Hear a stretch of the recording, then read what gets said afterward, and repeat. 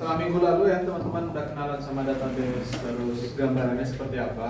Nah, hari ini kita masuk ke model ya, maksudnya entity relasional. Apa itu entity relasional, nanti kita lihat bentuknya seperti apa. Nah, untuk sesi ini sebenarnya ada praktek ya, makanya kalau teman-teman perhatikan di sesinya itu Hexcola session. Jadi kita akan menggunakan AI untuk membantu kita dalam belajar atau membuat ARM ya, atau Entity Relational Model.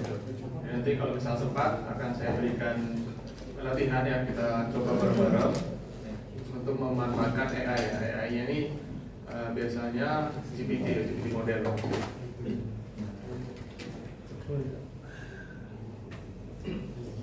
Ini kayaknya belum dilihat ya. Nanti kalau misalnya udah dijelaskan soal ARM, mungkin nanti teman-teman bisa menilai bahwa ARM itu mungkin agak ribet ya membuatnya. Oke, kita mulai dulu dari ARM. Nah, di minggu lalu saya sudah tunjukkan, kita juga sama-sama bahas ya. Kalau database itu berisi fakta, gitu ya. Isinya nanti informasi terkait apapun gitu ya, model atau objek apapun atau abstrak apapun yang berasal dari dunia nyata. Nah, ARM itu adalah ini ya, model konseptual yang menggambarkan informasi kontekstual dari suatu dunia nyata gitu ya. Maksudnya gini, ketika kita diharapkan sebuah kasus gitu. Misalnya kita diharapkan sebuah kasus untuk membuat database dari LMS misalnya, Maya gitu. Jadi kita perlu tahu apa itu entity gitu ya, apa saja entitinya, apa saja relasinya gitu, atributnya dari setiap entity itu apa gitu ya. Jadi RM itu menggambarkan hubungan atau keterkaitan dari semua itu. Jadi fungsinya, tujuannya nanti buat apa? Tujuannya nanti sebagai blueprint ya untuk digunakan ketika implementasi.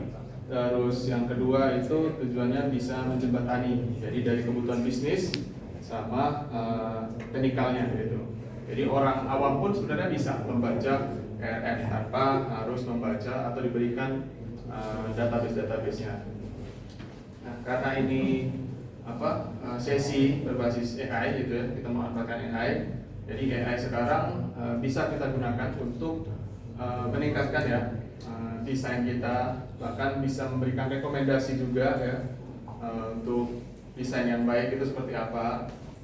Terus bisa mengidentifikasi juga pattern atau pola keterhubungan dari data-data tersebut.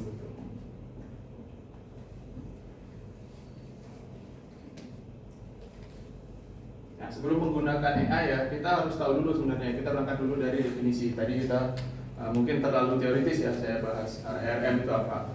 Nanti perlahan kita akan lihat contohnya, mungkin bisa tanpa paham ya teman-teman, tanpa harus memahami lebih jauh lah teori tadi yang saya sebutkan atau definisi yang saya sebutkan tadi.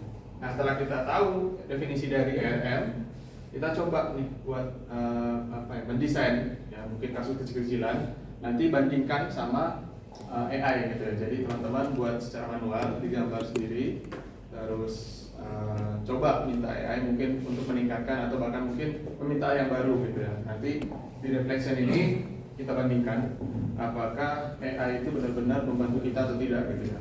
Atau mungkin memang sebenarnya membantu, cuma kita yang kurang informatif gitu ya, kurang memberikan prompt ya, istilahnya prompt yang jelas gitu. Terus nanti kita tarik kesimpulan, teman-teman bisa membuktikan ya gitu, kalau misalnya AI itu membantu atau tidak gitu. Bahkan mungkin membuat jam lebih baik daripada kita atau tidak gitu.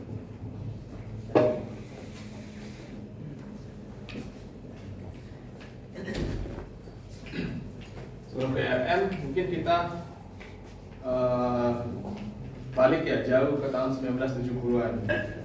1970-an saya juga belum lahir ya, tapi ada catatannya di sini. Di tahun itu komputer sudah umum digunakan ya di berbagai organisasi seperti perusahaan, universitas mungkin atau bahkan pemerintah ya, itu juga sudah menggunakan komputer. Jadi di tahun 70 komputer sudah umum ya, sudah ramai, tapi bentuknya tidak pastinya tidak seperti sekarang gitu ya. Mungkin ada yang pernah lihat dulu hard disk ya, hard disk yang hanya menyimpan berapa megabyte, mungkin ukurannya sebesar ruangan ini gitu. Jadi perbedaannya jauh ya. Jadi semakin sini semakin di optimize ya bentuk-bentuk atau perangkat-perangkat tadi gitu. Nah, terus apakah di tahun itu sudah ada database? Sebenarnya sudah ya. Jadi di tahun itu 1970 setiap organisasi itu sudah punya database-nya masing-masing. Ya. Jadi kayak misalnya untuk universitas ya, divisi keuangan, divisi kemahasiswaan misalnya, itu punya datanya masing-masing gitu, dengan format yang berbeda-beda pastinya. Gitu. Nah, akhirnya muncul ide, apakah bisa nggak kita bikin satu database ya, data management system ya, yang bisa digunakan oleh satu universitas tanpa harus kita berpindah ke misalnya butuh data keuangan, kita harus ke bagian finance itu. Jadi diseragamkan ya formatnya seperti apa, lalu dibuat manajemen sistemnya gitu. Nah, lots of duplikat itu maksudnya adalah ketika di tahun itu karena belum ada standar ya, belum ada aturan yang pakem, maka data-data tadi gitu ya, maka dibuat ulang gitu. Jadi kesannya universitas ataupun organisasi lainnya itu membuat data yang sama tapi dalam format yang berbeda gitu. Jadi ada duplikasi di sana. Nah, dilemanya adalah ya, ada dilema di situ. Jadi ada dua jenis ya, yaitu yang terlalu ketat sama terlalu longgar. Artinya apakah data manajemen sistem yang dibuat itu bisa memenuhi semua kebutuhan user atau tidak gitu. Jadi kadang kan mungkin karena di tahun itu belum ada aturan, belum ada praktek yang baik gitu, maka bisa saja ada divisi yang terlalu intervensi di dalamnya gitu, terlalu jauh campur tangannya. Mungkin bagian kemahasiswaan nggak terlalu didengar atau bagian finance nggak terlalu didengar, akhirnya datanya itu tidak bisa dimanfaatkan sama mereka. Jadi lebih fokus ke mahasiswanya aja gitu, data kemahasiswaannya saja misalnya. Nah, lulus berarti ya balik lagi ke ke ad hoc format, artinya masing-masing balik lagi ke formatnya masing-masing gitu ya. Jadi finance punya format data yang berbeda, mungkin data tabular ya, bentuk tabel, tapi berbeda dengan data kemahasiswaan. Mungkin kemahasiswaan cuma nama teks tekstual lah gitu. Itu beda. Ya, akhirnya di tahun 70 itu IBM ya, Dell Research itu memberikan pendekatan untuk membuat data management system ya. Nah, idenya itu berangkat dari first order logic. Kayaknya di mata kuliah AI teman-teman bakal belajar ya. First order logic gitu. Jadi isinya itu himpunan-himpunan. Jadi bagaimana caranya data ini memang dibutuhkan gitu. Terus sekumpulan himpunan-himpunan ini ya, himpunan ini adalah data-data yang akan dicatat ya gitu maksudnya. Apakah data siswa, data mahasiswa, data data jadwal. Nah, itu adalah himpunan-himpunan gitu ya, digabungkan. Nah, jadi nanti berkembang dari situ, muncullah entitas, muncullah relationship gitu di antara entitas tadi.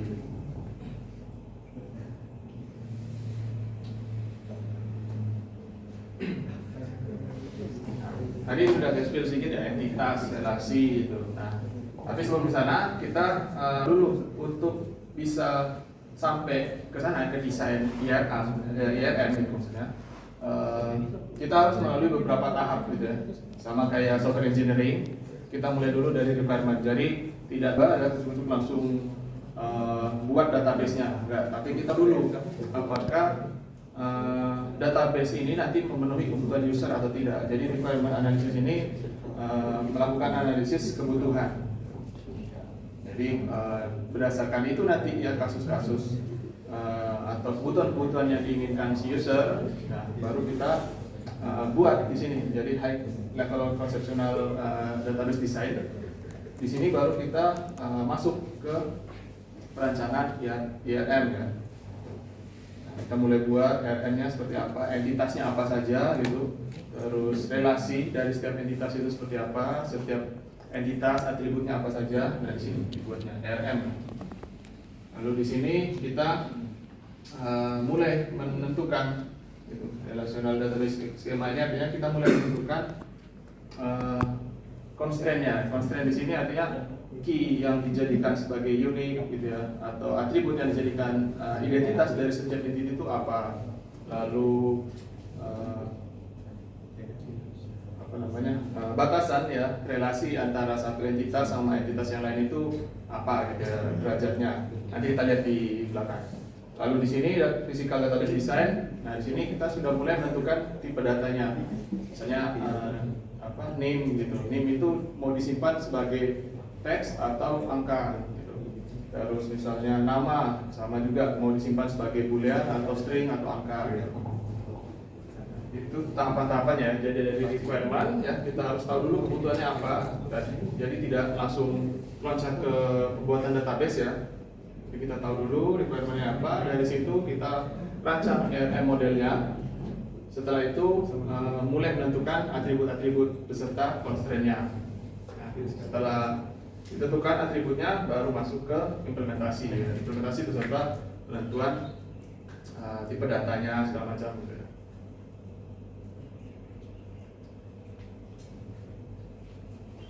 Nah, di konseptual tadi ya, di high level. Nah, di sini tadi yang saya sebutkan, kita akan menjadi fokus pembahasan hari ini ya, yaitu IRM model itu.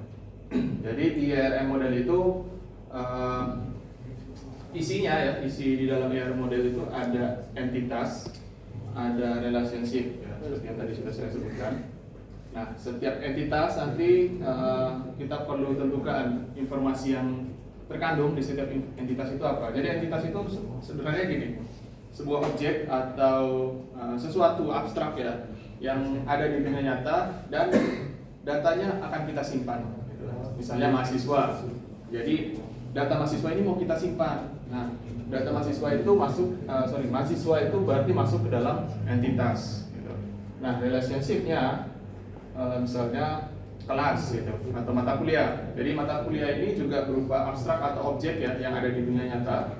Kita jadikan entitas. Nah, di dalamnya itu nanti ada nama mata kuliah, nama kelasnya gitu, atau jadwalnya, gitu, ruangannya, lokasinya gitu. Nah, relationship itu menghubungkan entitas mahasiswa dengan kelas tadi gitu. Relationship itu cenderung biasanya berupa kata kerja ya.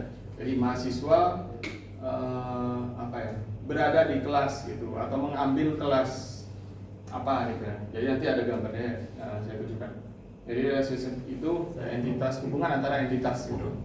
Lalu tadi ya, setelah kita menentukan entitasnya apa saja, terus kita identifikasi informasi dari setiap entitas itu apa aja gitu. Apakah hobi itu relate atau dibutuhkan untuk mahasiswa atau tidak gitu ya. Dalam konteks sistem LMS di MAI misalnya, di Maya. Apakah teman-teman kemarin dimintain data hobi? Enggak ya. Jadi ada informasi yang benar-benar dibutuhkan, ada informasi ya sudah tidak perlu dimasukkan gitu. Jadi kita perlu identifikasi informasi-informasi tersebut. Lalu ada integrity constraint. Integrity constraint ini nantinya kita harus tahu business rule gitu. Misalnya kalian bisa nggak ngambil jurusan yang berbeda gitu di sini? Harusnya bisa ya gitu. Tapi mampu atau tidaknya gitu ya, ngikutin jadwalnya maksudnya. Nah, jadi aturan bisnis tadi gitu ya, bahwa di BINUS bisa kok mahasiswa ngambil lebih dari satu jurusan gitu. Ya, kita harus harus tahu gitu kasus-kasus khusus ya dari setiap bisnis gitu. Atau mungkin teman-teman bisa ambil mata kuliah di jurusan lain tadi gitu ya, kayak minor gitu kan bisa.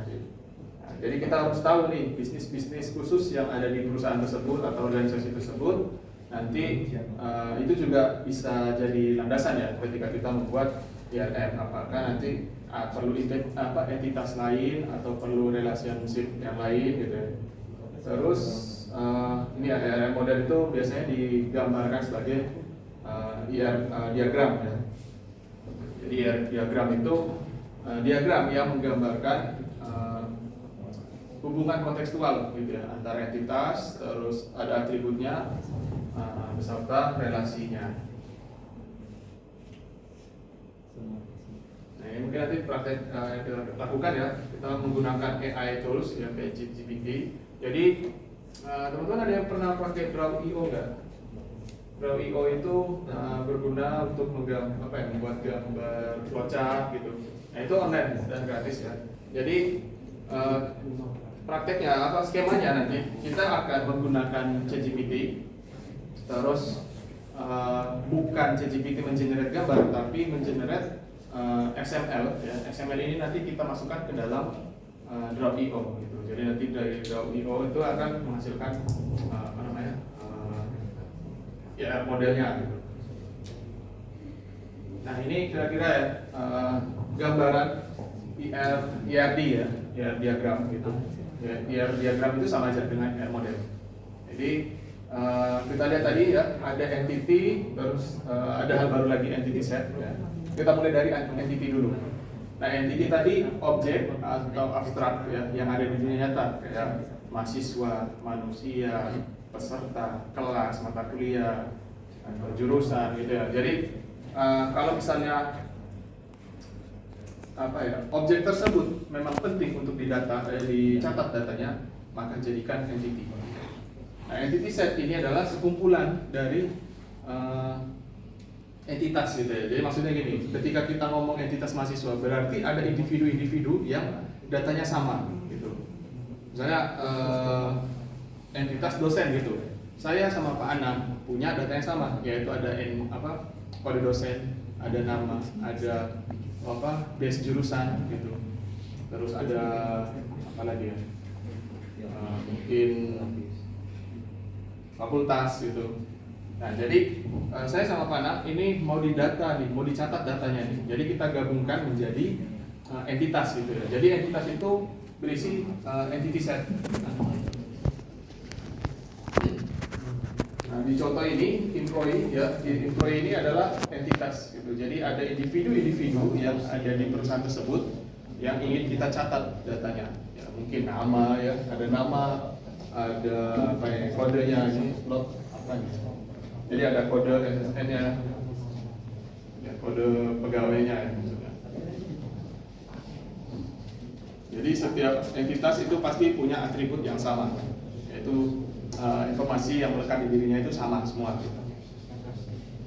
Nah, terus setiap entitas itu punya key, ya, key atau kunci yang memberikan identitas khusus gitu ya. Jadi membedakan entity set yang satu dengan entity set yang lainnya gitu. Misalnya employee A itu punya SSN yang berbeda dengan employee B gitu.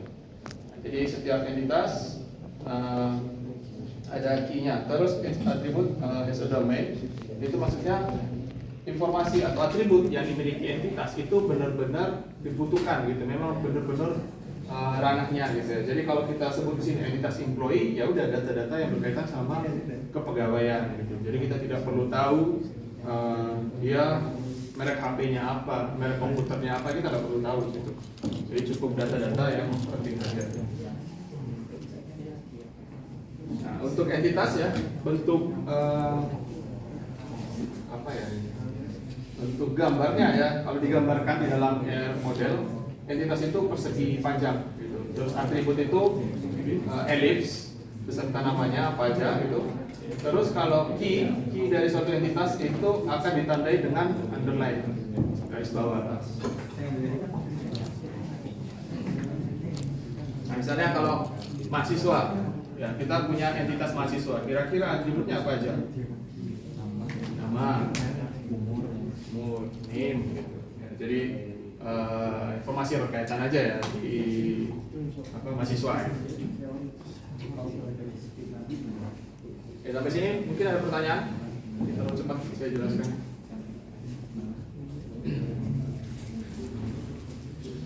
ya untuk entitas itu.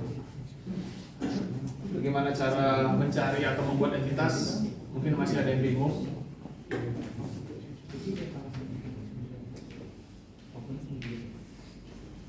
Ini jelas ya. Oke, sekarang kita lanjut ke relationship. Ini hubungan ya. Jadi mungkin kita bakal dulu dari sini bentuknya. Relationship kalau di ER model atau ER diagram itu digambarkan dengan diamond ya, atau tempat. Jadi isi dari ini relationship itu biasanya ditulis dengan kata kerja. Kayak ini, employee melapor kepada nanti ada entitas lainnya, gitu. Entitas mungkin manajer atau mungkin departemen atau apapun gitu ya. Jadi tidak mungkin satu entitas hanya ada ini tanpa ada entitas yang lainnya gitu. Jadi harus ada entitas yang lainnya. Atau contohnya seperti ini, ada employee works in department gitu. Jadi relasi antara employee sama departemen itu adalah ini gitu. Works in.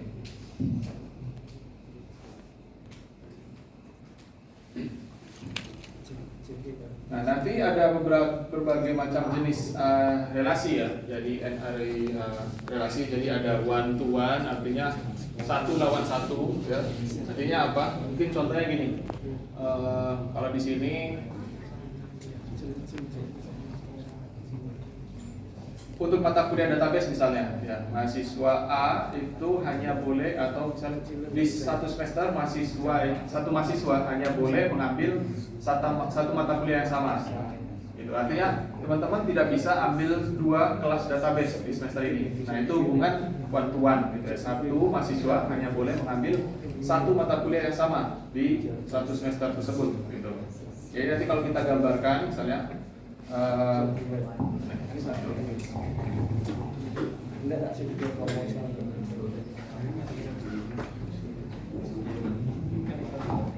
misalnya kalau kita gambarkan di sini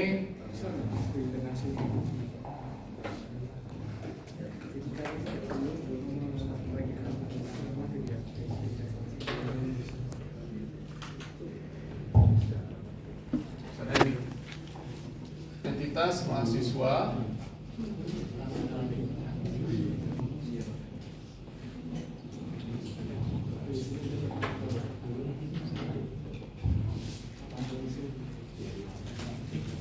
misalnya kita punya, jadi kalau misal kasusnya tadi ya, mahasiswa mengambil mata kuliah, berarti di sini ada entitas mata kuliah.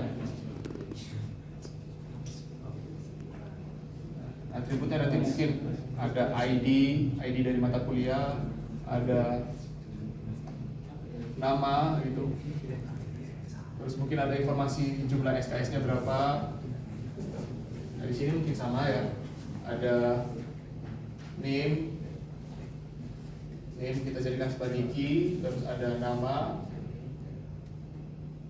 terus mungkin apa lagi ini jurusan atau email ya, email atau nomor telepon gitu ya, macam-macam. Nah, sekarang ada dua entitas nih, kita mau gambarkan hubungan antara mahasiswa sama mata kuliah. Jadi ada bisnis di BINUS misalnya ya. Jadi bisnisnya adalah mahasiswa mengambil mata kuliah. Nah, di sini nanti kita gambarkan relasinya ya, mengambil mata kuliah. Apakah harus ada key di dalam sini? Ini opsional ya. Jadi kalau misalnya mau membedakan, misalnya bisa saja mahasiswa ini mengambil mata kuliah yang sama gitu di semester berikutnya, mengulang maksudnya, atau di tahun berikutnya. Jadi mungkin bisa aja di sini ada ulang atau tidak gitu. Ini opsional ya. Jadi kalau misalnya bisnisnya itu atau kita pengen nyimpan data mahasiswa mata kuliah yang diambil itu bersifat ulang atau baru gitu. Nah, ini bisa kita tambahkan di relasinya.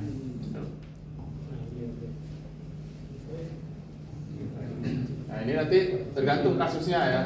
Kalau misalnya di sini mahasiswa mengambil mata kuliah, nah kasus atau bisnisnya misalnya di BINUS, mahasiswa bisa mengambil satu mata kuliah yang sama di satu semester. Berarti nanti ada relasinya itu one to many, one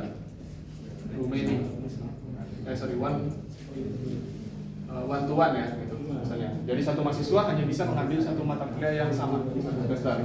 Tapi kalau misalnya kita mau gambarkan atau menunjukkan bahwa ini bisnisnya adalah satu mahasiswa mengambil banyak mata kuliah di satu semester, berarti one to many.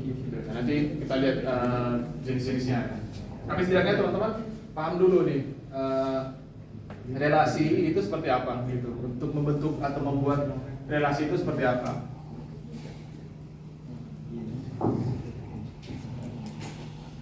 Nah, di contoh ini, ya, employee ya, bekerja di departemen apa gitu.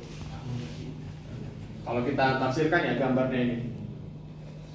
Kalau ini berarti mahasiswa mengambil mata kuliah apa. Sampai sini mungkin ada pertanyaan?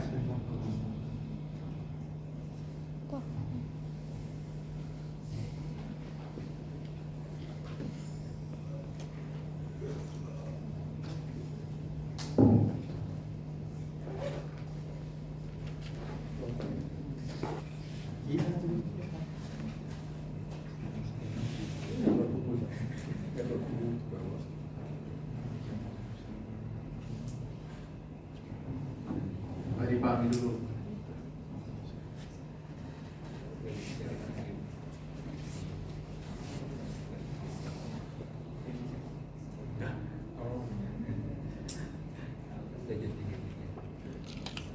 Ya, saya tambahkan juga. Nah, terus satu entitas, apakah dia hanya hanya memiliki satu relasi? Tidak ya. Bisa saja nanti punya relasi yang lain. Misalnya mahasiswa berada atau mengambil apa ya? Mengambil ini misalnya jurusan gitu atau prodi. Jadi bisa juga satu entitas itu terhubung dengan entitas lebih dari satu gitu. Punya relasi lebih dari satu maksudnya.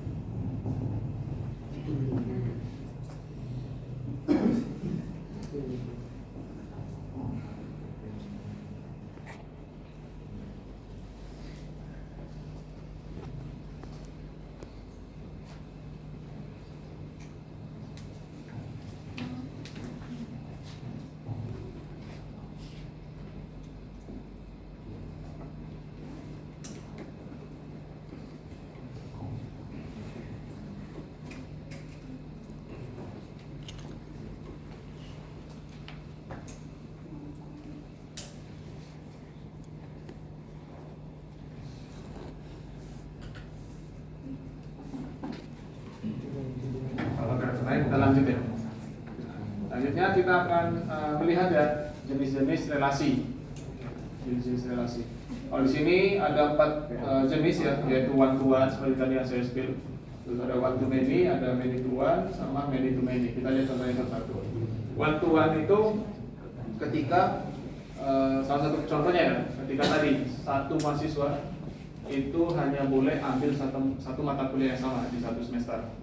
Jadi tidak ada satu mahasiswa mengambil 2 kelas database, jadi ada di LA sama di LB, itu nggak ada gitu. Nah itu berarti relasinya one to one. Terus kalau one to many itu kayak tadi satu mahasiswa bisa mengambil banyak mata kuliah. Nah itu relasinya one to many. Kalau many to one sebaliknya gitu. Ada misalnya prodi satu mahasiswa mengambil satu prodi, itu juga one to one gitu ya. Tapi tergantung kasusnya. Kalau misalnya di BINUS itu bisa mengambil 2 jurusan yang berbeda, berarti bukan one to one lagi, tapi one to many. Kebalikannya adalah banyak jurusan bisa diambil oleh satu mahasiswa. Nah itu many to one. Many to many yaitu banyak mahasiswa mengambil banyak mata kuliah.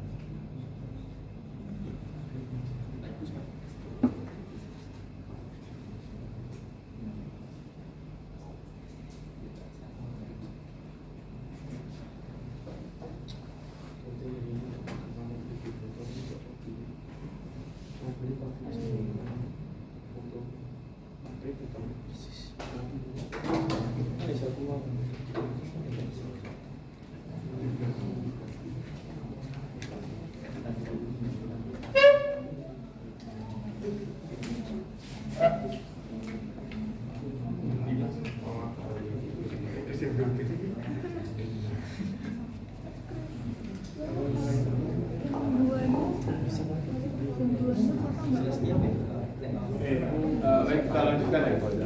Berikutnya itu ada participation constraint. Jadi ini tergantung bisnisnya juga ya. Jadi kalau misalnya di partisipasi constraint itu ada dua jenis ya, yaitu total sama parsial. Jadi partisipasi constraint ini adalah seberapa banyak jumlah entity set itu terlibat. Jadi mungkin contohnya di sini ya, kalau parsial itu berarti sebagian. Jadi tidak semua entity set itu terlibat dalam satu relasi. Kalau total berarti semua entity set ya. Jadi entity set itu adalah semua data yang ada di dalam suatu entitas ya, itu entity set. Jadi kalau parsial berarti hanya sebagian. Nah, misalnya gini, kita ngomong mahasiswa gitu ya. Jadi di sini banyak mahasiswa yang ngambil prodi gitu, banyak prodi. Jadi atau misalnya banyak mahasiswa yang mengambil prodi CS. Apakah semua data mahasiswa ini terlibat?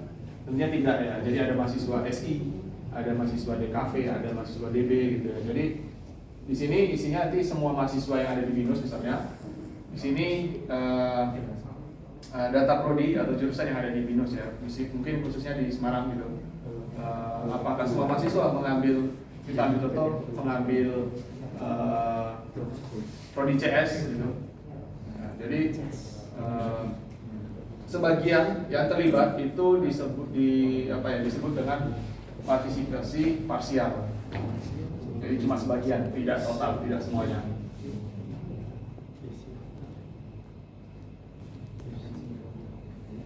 Kalau misalnya prodi, ini kita bikin relasi lagi.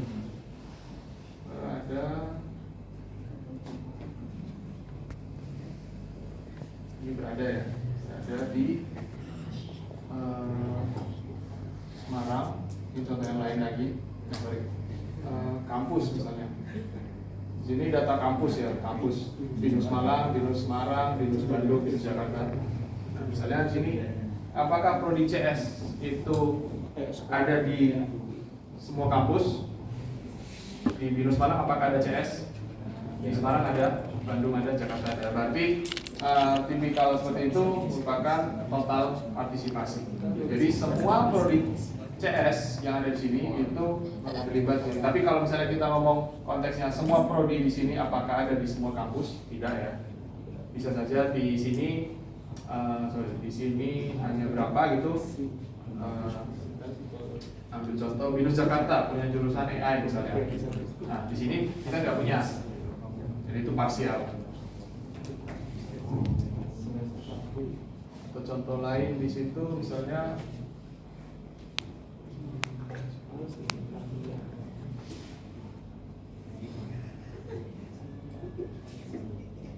ya, employee departemen itu di-manage oleh employee. Apakah semua employee terlibat untuk memanage departemen? Tidak ya. Jadi hanya beberapa dari employee saja yang menjadi manajer di departemen. Berarti ini parsial, di sini total. Jadi semua departemen itu pasti punya employee yang manage gitu. Sedangkan di sini parsial karena tidak semua employee itu bertindak sebagai manajer. Tapi apakah employee itu bekerja untuk departemen? Ya, semua employee itu bekerja untuk departemen apapun. Berarti di sini total ya. Jadi tidak ada employee yang gelap gitu, employee yang nganggur gitu ya. Jadi semua employee tercatat sebagai bagian dari suatu departemen.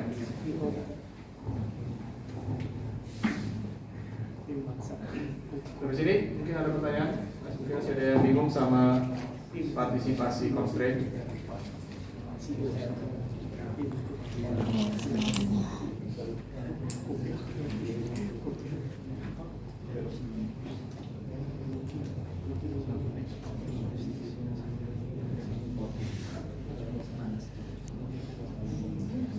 semua tadi bagian dari ERD ya. Jadi ya bagian dari apa ERD, jadi kita harus tahu bisnisnya tadi gitu. Nanti bisa kita tentukan apakah relasinya tadi one to one, one to many, gitu, atau partial apa constraint-nya tadi, partisipasi constraint tadi. Kita harus tahu bisnisnya dulu. Kita harus paham. Makanya tadi posisi requirement analysis itu selalu di atas itu. Nanti teman-teman belajar software engineering pun juga sama. Tidak tiba-tiba softwarenya menjadi gitu ya. Nah, masalahnya ini mungkin sedikit cerita ya. Kalau di software engineering itu kan sekarang ada namanya, bukan sekarang aja, sudah cukup lama ya, metodologi agile. Kalau dulu software engineering itu dibangun kayak apa ya, mungkin kayak kita bangun bangunan lah gitu ya. Jadi ada gambarnya jelas gitu, rinciannya, materialnya, terus runtime schedule-nya itu jelas. Nah, dulu software itu dibuat seperti itu, cara apa ya, di project ya, dikerjakan dengan cara seperti itu. Nah, cuma masalahnya kadang ada ini ya, apa customer atau partner lah ya, situ yang minta dibuatkan software itu kadang rese. Jadi di tengah jalan minta dirubah gitu. Misalnya ini kayaknya buttonnya bukan kayak gini prosesnya gitu. Ini buttonnya terlalu kecil, ini yang terlalu besar gitu. Jadi terlalu banyak tidak apa ya, ketidakpastian di sana.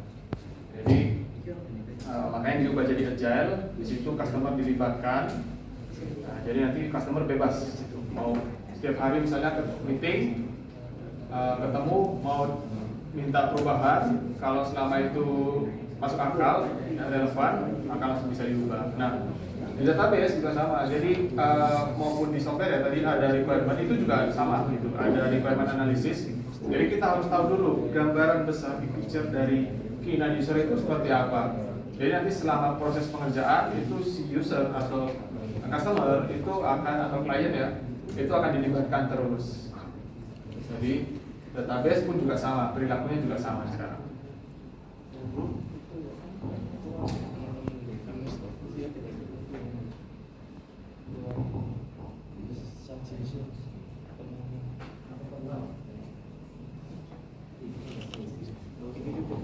Oke, selanjutnya itu ada weak entity. Ini entitas, jenis entitas ya, yang tidak bisa berdiri sendiri. Maksudnya seperti apa? Jadi dia butuh unique ID dari ownernya. Misalnya gini, ini ada contoh employee sama tanggungan ya, misalnya gitu.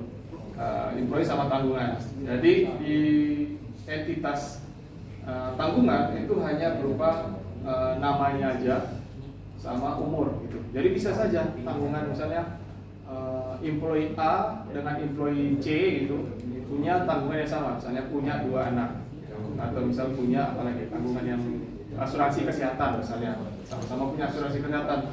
Kalau cuma berdasarkan nama ya bisa saja, ini kita nggak bisa bedakan nanti ini punyanya siapa gitu.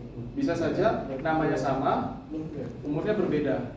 Kita juga nggak bisa tahu juga nama tanggungan misalnya asuransi kesehatan untuk umur berapa gitu. Ada 2 misalnya. Jadi kita nggak tahu nih, ini punya siapa, employee yang mana gitu. Jadi entitas ini itu tidak bisa berdiri sendiri ya. Jadi dia butuh unique ID dari employee. Jadi nanti kira-kira bentuk tabelnya itu ada employee, ada polisi gitu ya, terus ada dependent di tabungan. Misalnya lagi apa ya?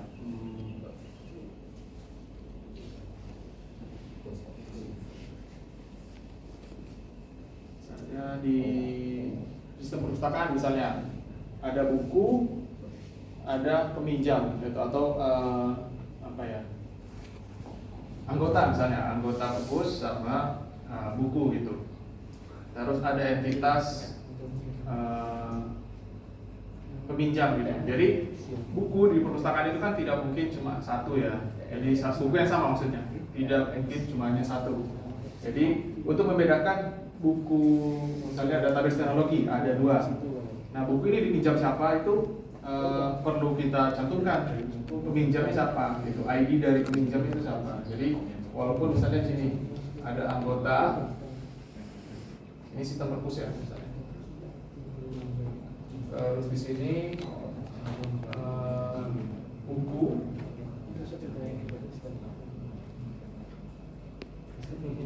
peminjam ya, peminjam buku. Terus di sini pengembalian misalnya,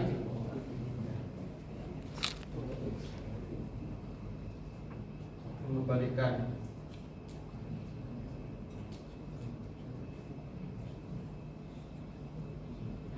Di sini bisa saja, misalnya cuma ada data nama buku, nama itu, terus tanggal pinjam gitu.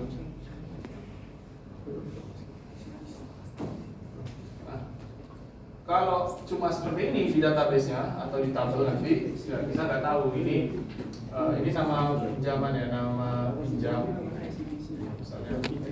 Jadi kita nggak tahu ini buku ini ya, atau yang dikembalikan sekarang ini siapa yang pinjam sebelumnya itu.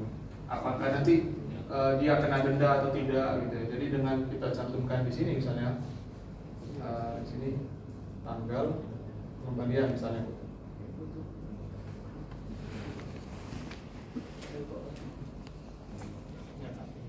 Jadi nanti kita punya tabel khusus untuk pengembalian, itu ada yang namanya ID anggota. Ya, hasil dari ini nanti ya. Terus ada nama peminjaman gitu misalnya.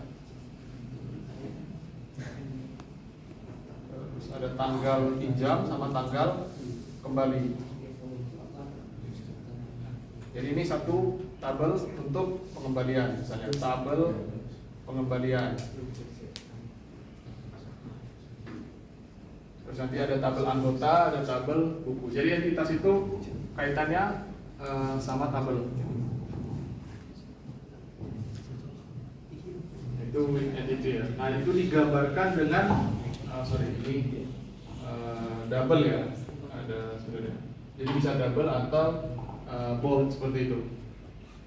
Jadi biasanya untuk membedakan biasanya pakai double line. Itu with entity.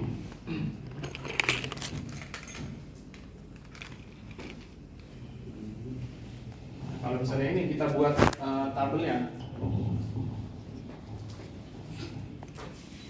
Misalnya kalau ini kita buat tabelnya, kira-kira nanti ada tabel employee. Tabel employee DTB.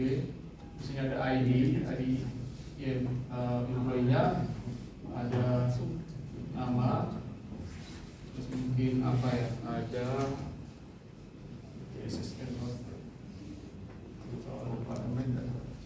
nah ini tabel employee. Terus nanti ada tabel dependent ya, tanggungan. Di sini nanti ada tabel kolom ID employee. Terus ada di situ PINEM ya. Ini nama tanggungannya. Terus di sini E, di sini cost. Nah, ini kira-kira nanti hasil dari relasi seperti ini.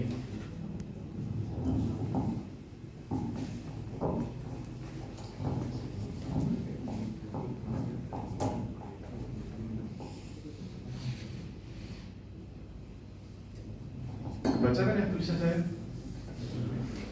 Kalau jelek ngomong aja ya. Tulisan jelek nggak bisa dibaca lah.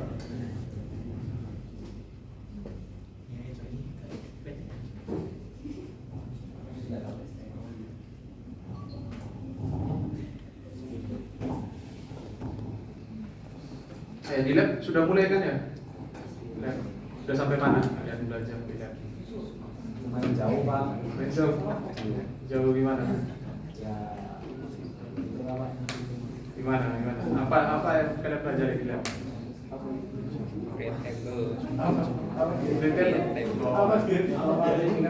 Data definition atau data definition language ya, masih DDL berarti buat database table itu ya. Dia main constraint nggak? Foreign key, primary key, udah ya.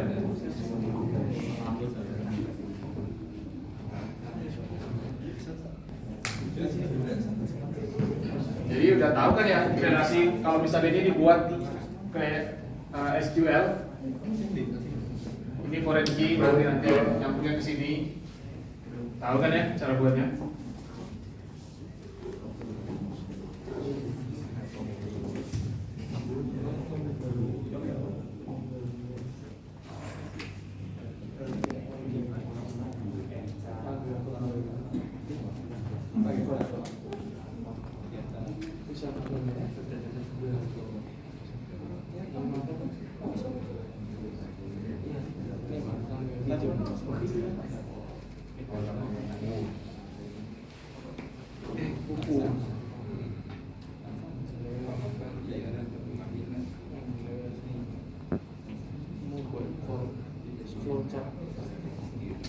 Oke, setelah fixed entity ada namanya ISA ya, is a hierarchy. Nah, ISA ini apa sih sebenarnya? Jadi ISA ini sifat apa sih kalau di Java ya, di OP itu ada namanya inheritance. Java belajar kan ya? OP maksudnya? Iya, belajar kan ya? Udah sampai sana kan? Belum. Nah, ini mungkin saya bantu kalian biar nanti kalau ditanya dosennya inheritance udah tahu gitu.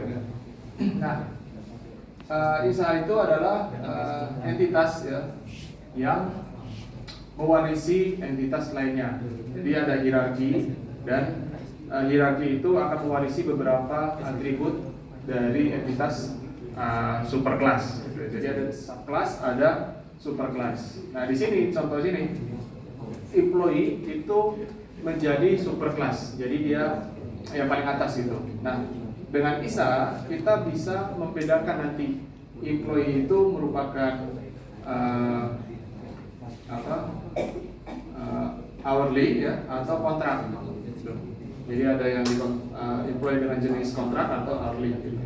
Nah, kenapa dipisahkan? Mungkin teman-teman tanya, kenapa nggak dibikin satu tabel aja, satu atribut aja pakai boolean gitu ya. Misalnya ada SSN, name, log, terus ada is hourly atau is contract gitu misalnya.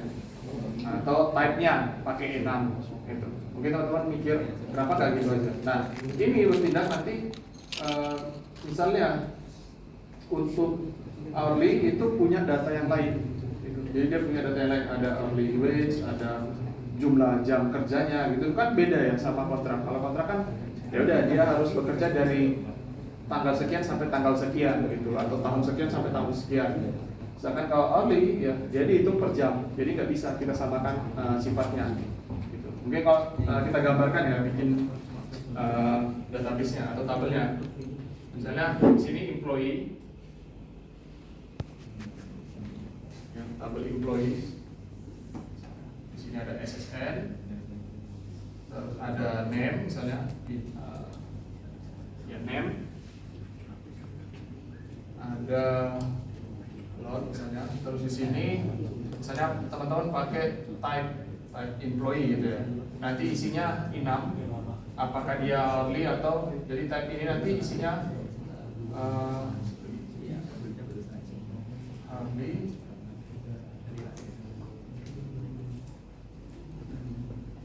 atau kontrak. Jadi pilihannya nanti antara ini atau ini. Mungkin teman-teman mikir kenapa nggak gitu aja. Cuma itu tadi ya alasannya. Ini dipisah menjadi ada tabel baru lagi. Ya, ada tabel hourly employee. Tabel employee. Nah di sini nanti ada SSN dari setiap employee. Terus wage-nya ya, wage-nya sama work-nya.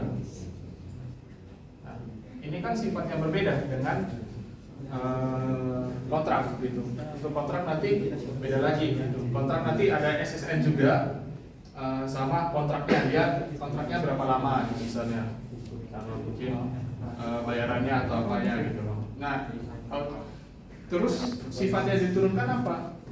Sifat di sini maksudnya adalah atribut ya. Jadi atribut yang diturunkan itu adalah SSN gitu. Ini diturunkan ke sini. Jadi dua tabel itu, hourly employee sama kontrak, itu pasti punya SSN. Jadi punya SSN yang diambil dari employee. Nah, ini menjadi subclass ya. Jadi ini superclass. Jadi ingat aja yang paling atas itu super, yang bawah itu bagian dari super, jadi subclass. Nah, di Java atau di OOP ya, OOP itu bukan cuma di Java ya, di Python pun teman-teman bisa, di C pun juga bisa. Nah, kalau di OOP, gitu ya, pemrograman OOP, yang diturunkan itu bukan cuma atribut. Sudah praktek belum kalian? Sudah bisa bikin kelas kan? Di kelas. Jadi apa? Coba belajar kelas. Nah, kalau di OOP itu main kelas ya.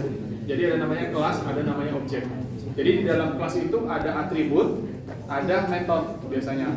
Nah, kalau misalnya kelas itu menginheritance ke kelas yang lain, maka metode yang ada di kelas superclass tadi itu bisa digunakan di subclass. Biasanya menggunakan inheritance, pewarisan. Jadi misalnya kita punya kelas apa ya? Coba yang biasa itu hewan misalnya ya. Di kelas hewan itu ada atribut type. Kalau misal tipenya public, ada atribut type. Mungkin ada sound ya, untuk dia suaranya seperti apa. Terus ada metodenya misalnya apa ya? Print suaranya misalnya gitu. Nah, kalau kelas ini, kelas hewan ini kita extend ke atau inheritan ke kelas misalnya cat gitu, kucing. Jadi kita cukup bisa tentukan atribut type yang ada di superclass tadi melalui kelas cat tadi. Nanti mungkin teman-teman detailnya di kelas ya untuk OOP.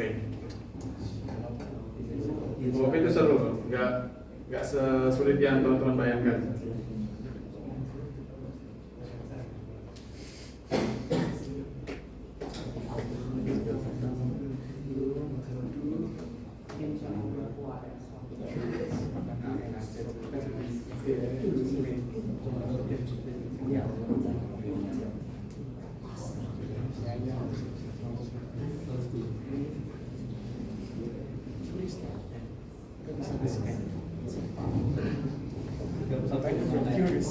Oke, ini seperti dilema tadi ya, dilema desain gitu.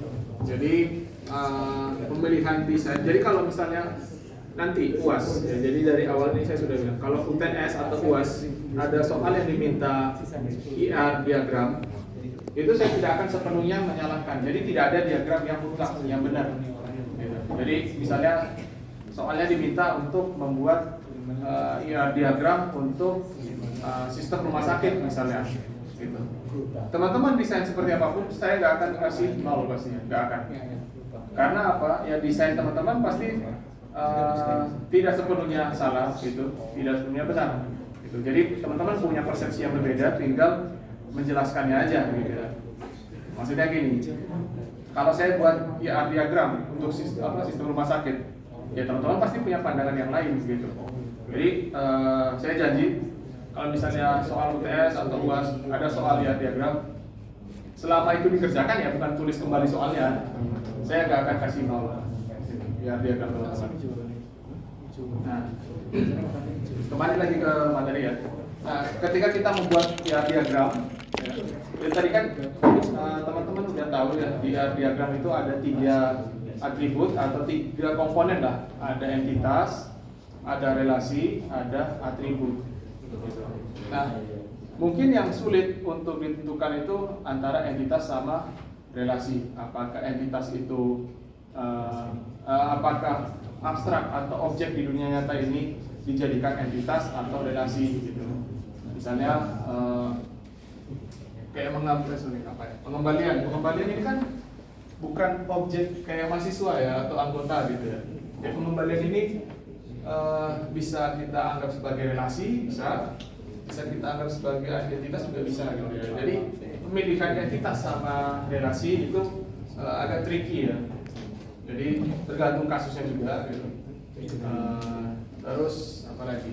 Entitas sama atribut, terus entitas sama relasi tadi ya. Terus jenis relasinya apakah binary atau ternary gitu. Jadi apakah cukup satu mahasiswa ini terlibat dalam satu relasi saja atau lebih dari itu? Kalau binary berarti kan hanya 0-1 ya. Jadi dia terlibat satu relasi, jadi tidak ada terlibat di relasi yang lainnya, atau dia bisa terlibat di relasi lainnya. Nah itu juga challenge ya ketika kita membuat diagram.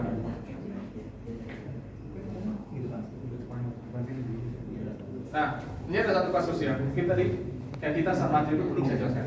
Entitas sama atribut itu juga sama tricky-nya. Apakah ada atribut yang bisa kita kembangkan menjadi entitas? Gitu. Nah, kalau misalnya ada atribut dari satu entitas yang bisa kita kembangkan dan memang itu penting, maka kembangkan dia jadi entitas baru. Contohnya di sini,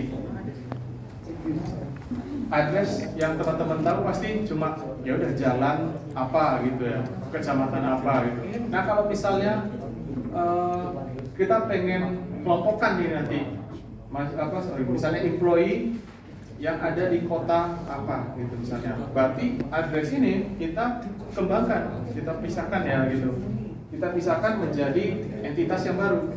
Jadi ada tabel address, nanti ada misalnya jalannya, nama jalannya, atau mungkin nama kotanya, nama kabupatennya, kecamatannya, distriknya, atau apapun lah, blok atau segala macam.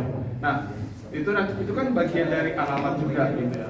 Nah kalau misalnya data itu tadi kita butuh ya untuk mengelompokkan employee, ya berarti kita kembangkan menjadi entitas.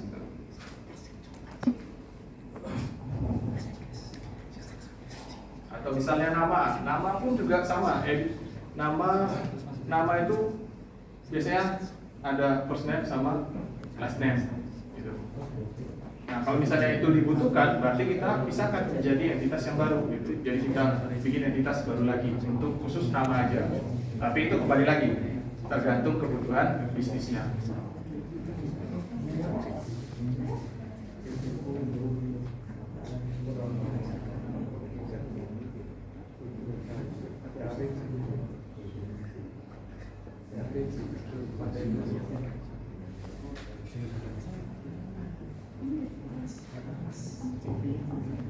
Sampai sini mungkin ada pertanyaan?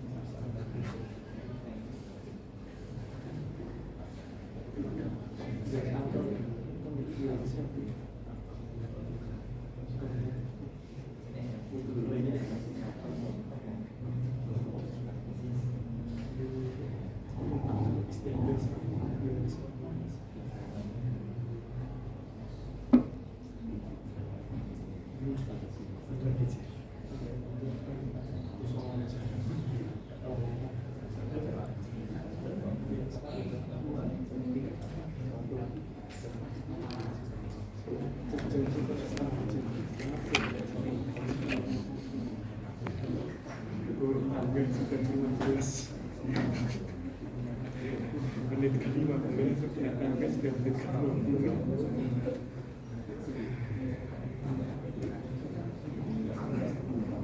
Oke, selanjutnya entitas sama atribut gitu. Nah, misalnya gini, di contoh ini ya, kita pengen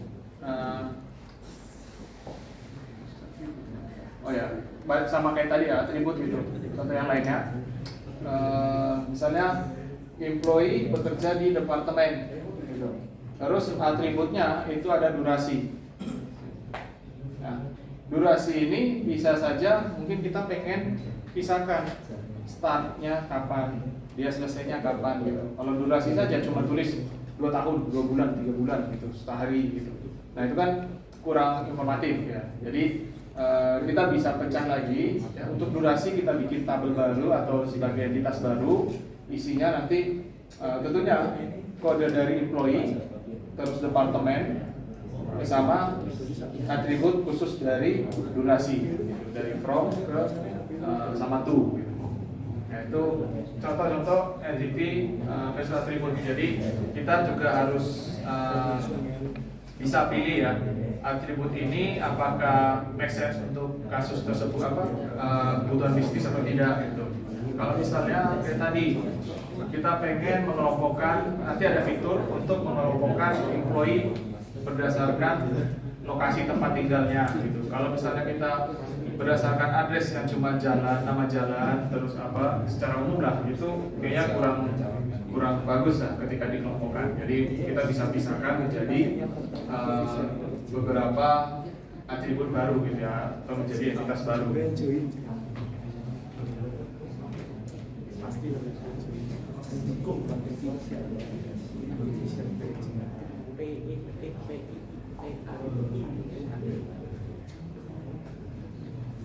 Artificial Intelligence Indonesia PSI.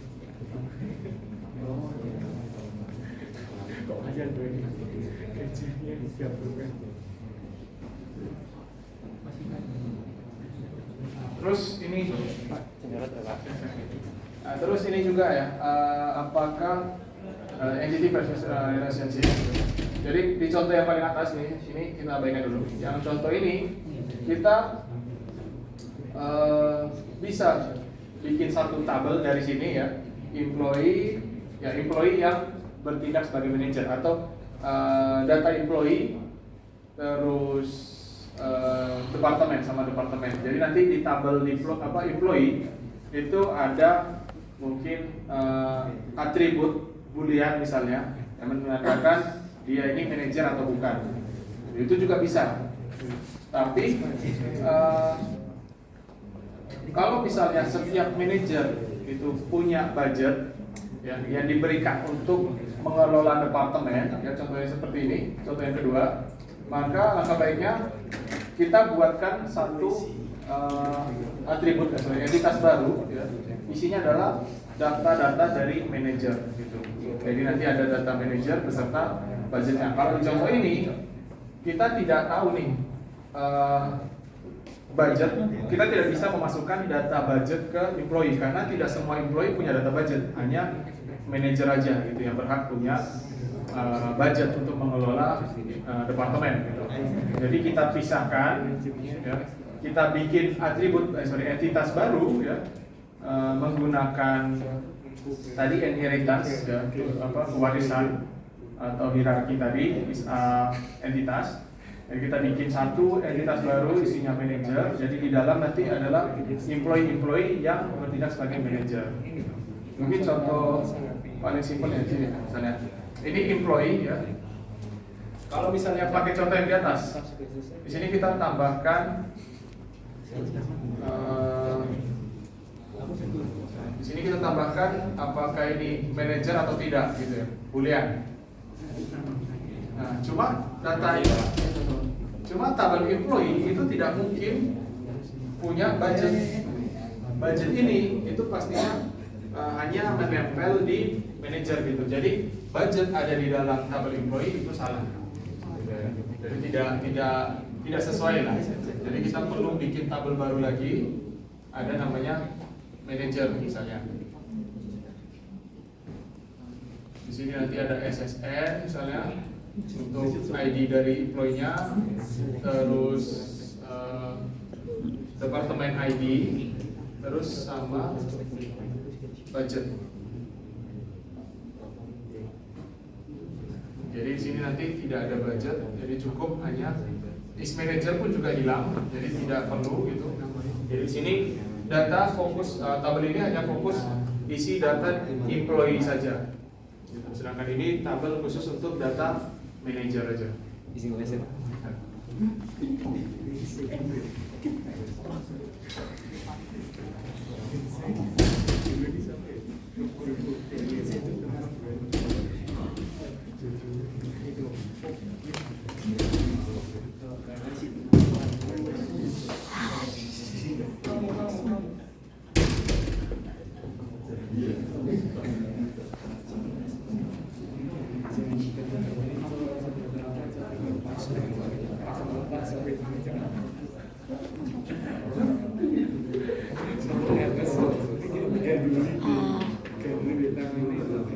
Hah?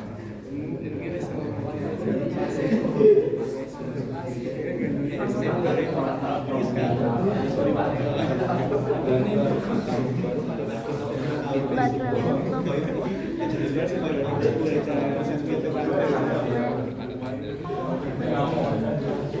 Kalau itu IMPB rata coba itu ICC lah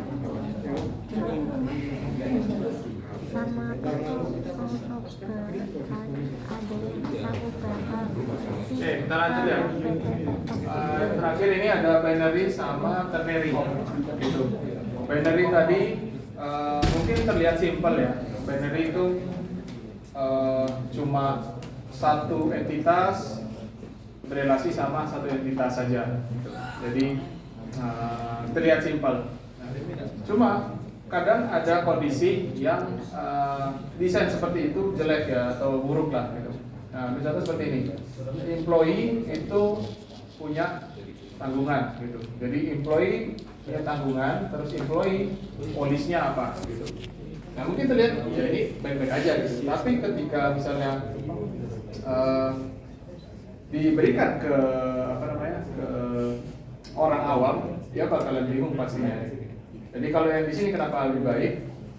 Kita pisahkan employee sama polis itu hubungannya apa? Gitu. Jadi kita berikan hubungan yang lain atau memberikan jenis relasinya yang berbeda gitu. Kalau di sini kan relasinya sama, jadi agak membingungkan gitu. Nah, terus tanggungan ini juga punya relasi ke polis gitu, terus tapi relasinya berbeda dengan employee gitu. Jadi ini lebih informatif. Jadi kalau misalnya teman-teman bikin sebisa mungkin informatif, bukan cuma sekedar desain aja.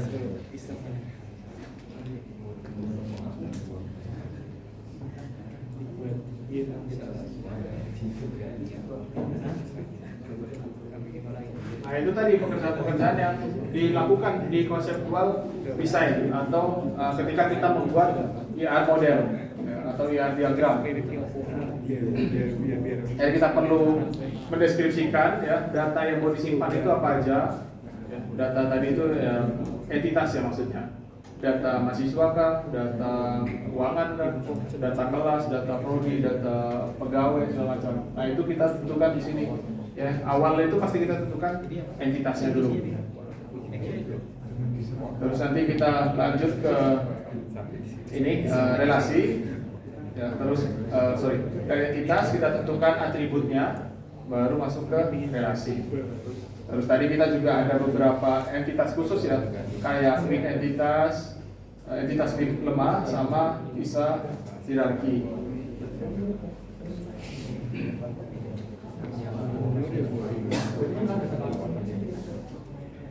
Nah, terus tadi kita juga ada constraint ya, ada integritas constraint. Kayak key constraint ini artinya kunci atau atribut yang dijadikan kunci unik atau identitas dari setiap record ya yang ada di dalam suatu entitas. Bisa saja dia primary key, bisa saja dia foreign key, bisa saja dia unique aja gitu. Nah, itu key constraint.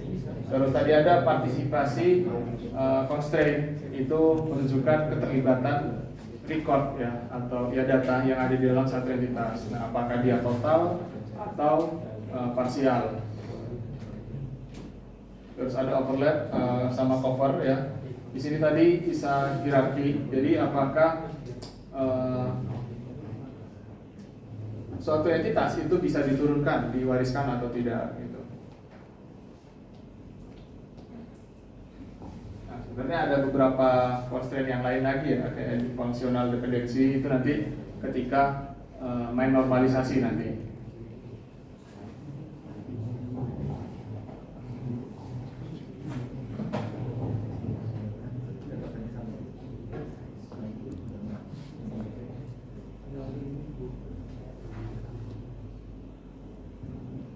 Seperti yang saya bilang tadi, untuk mendesain IR diagram atau IR model itu cukup tricky ya, apalagi untuk enterprise yang besar itu cukup tricky, dan juga pastikan informasi yang kita atau requirement analisis yang kita lakukan itu benar-benar sudah mengcover semua keinginan dari si customer atau user. Jadi nanti ketika desain tidak ada kesalahpahaman antara kita yang mendesain sama customer gitu ya, atau orang yang memesan sistem kita. Gitu. Nah, terus tadi kita juga sudah membahas ya kapan atribut itu dijadikan entity, kapan entity itu cukup dijadikan atribut saja. Tadi contohnya adalah alamat tadi. Nah kalau misalnya alamat ini ya udah nggak terlalu begitu digunakan nantinya ketika analisis, ya, kita bisa jadikan dia sebagai atribut biasa aja. Tapi kalau misalnya itu digunakan untuk analisis lebih dalam, ya, kita jadikan dia sebagai entitas. Artinya kita pecah lagi. Tadi ada nama jalan, mungkin ada kota, kabupaten, kecamatan, kelurahan, mungkin nama RT-nya segala macam itu. Terus ada entitas dan relasi. Nah, tadi entitas sama relasi. Apakah relasi itu akan kita jadikan entitas atau cukup ya sudah entitas saja gitu ya? Maksudnya apa? Maksudnya gini. Ketika relasi kayak contoh tadi di sini ya. Relasi contoh mungkin ini saya ubah dikit. Misal pengembalian ini ke buku lagi gitu misalnya. Ini saya gambarkan dia ke buku lagi. Jadi entitas anggota itu punya relasi ke buku. Jadi entitas ini bisa aja punya relasi yang berbeda tapi ke satu entitas yang sama. Jadi ini anggota meminjam buku, anggota mengembalikan buku. Nah, kalau misalnya entitas ini relasi ini mau kita jadikan entitas, ya bisa aja. Jadi seperti ini nanti hasilnya gitu. Jadi dari sini nanti dari pengembalian ada entitas lain lagi misalnya ke buku. Jadi ada dua opsi ya untuk entitas sama relasi. Terus ada binary sama n-ary. Nah, ternary ya. Kalau binary cukup simpel tadi seperti ini. Anggota meminjam buku sama anggota mengembalikan bukan ke pengembalian ya, tapi langsung ke buku. Nah itu binary. Cuma kurang informatif. Jadi kita bisa pecah lagi ya, anggota ini memang meminjam buku. Terus untuk mengembalikan relasinya juga sama ke buku. Jadi kita pecah lagi untuk bisa sampai ke buku, kita bikin entitas yang lain lagi. Terus entitas ini punya relasi yang lain lagi hingga sampai ke buku. Terus tadi ada juga isah hierarki ya. Rasanya teman-teman bisa paham ya tadi isah hierarki. Contohnya itu ingin membedakan employee yang kerja per jam ya hitungannya atau bayarannya itu per jam sama yang kontrak. Kalau misalnya tadi kasusnya kita jadikan kita bikin satu tabel employee terus ada atribut ini tipenya misalnya tipe employee ini kontrak atau per jam ya jenisnya. Nah, cuma nanti untuk jenis employee yang per jam dia ada data-data yang lain misalnya bayarannya berapa per jam, terus dia sudah kerja berapa jam gitu. Itu kan tidak ada di kontrak jenis employee yang kontrak gitu. Jadi kita bikin entity yang berbeda lagi atau turunan dari situ ada entitas employee per jam sama employee kontrak. Nah, itu tadi ya untuk diagram. Sampai sini mungkin ada pertanyaan teman-teman? Untuk saya tunjukkan kalau draw IO itu seperti ini ya.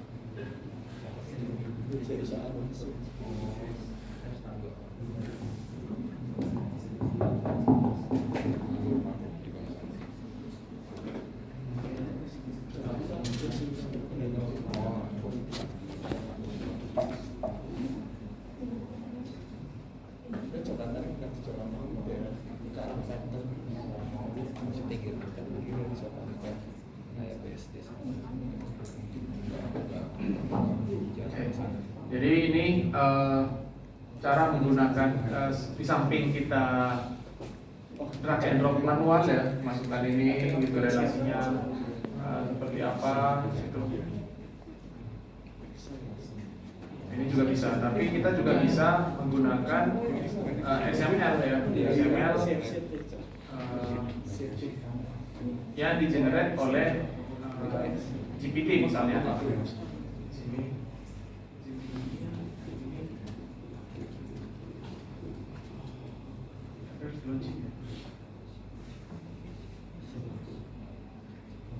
Ini udah nyoba belum kalian? Gemini itu punya apa ya? Lagi menawarkan untuk fitur Pro-nya gratis selama setahun, seingat saya. Untuk akun student. Jadi teman-teman kan punya email student ya. Nah itu bisa sepertinya didaftarkan di sini. Jadi nanti setahun gratis menggunakan Gemini Pro. Ini bukan marketing ya, saya bukan orang Google.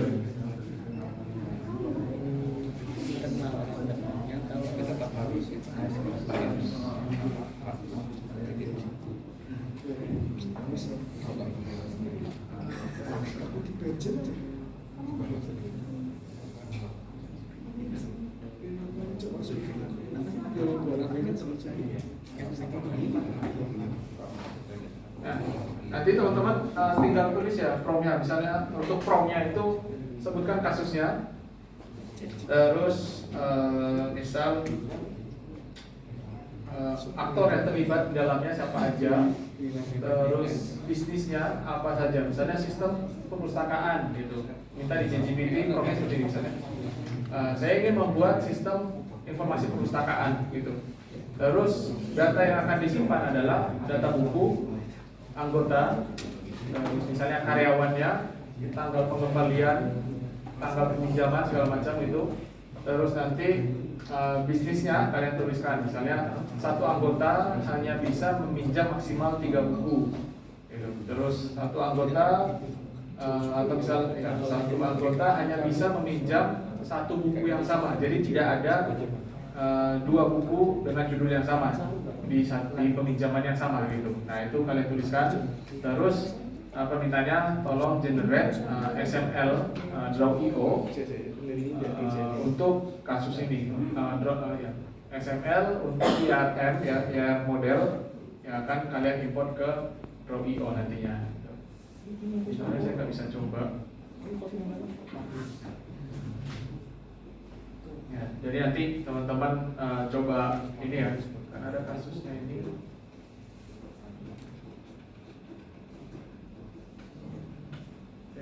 Nah,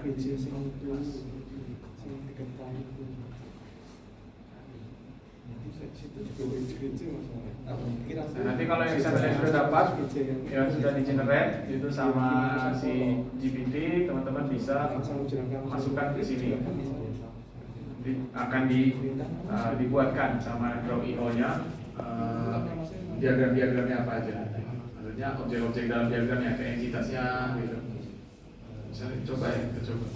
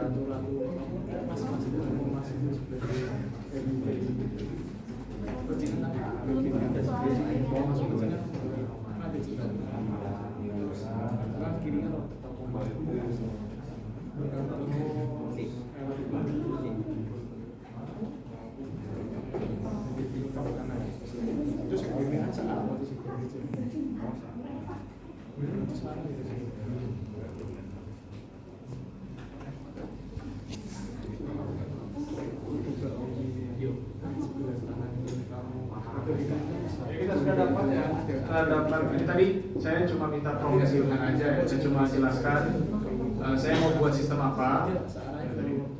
Saya mau buat sistem apa, terus sistemnya nanti mau simpan data apa aja, itu digunakan untuk apa ya bisnisnya ini. Terus saya minta XML IO-nya. Nah saya rasa teman-teman jauh lebih hebat lah promnya pastinya. Jadi harusnya hasilnya bisa jauh lebih bagus daripada apa yang saya buat ini ya.